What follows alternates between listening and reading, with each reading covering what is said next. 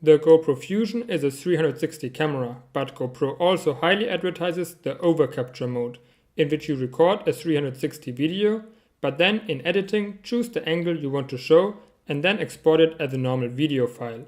But then the question is of course how good the video quality is compared to other action cameras.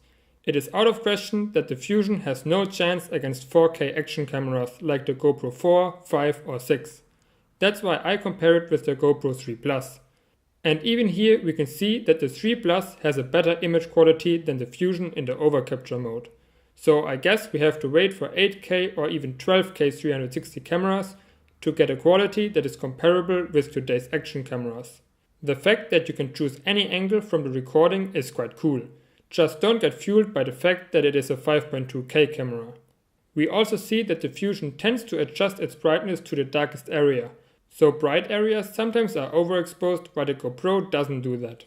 The Fusion is the best consumer 360 camera, so if image quality is very important for you, then the 360 cameras aren't the right thing for you.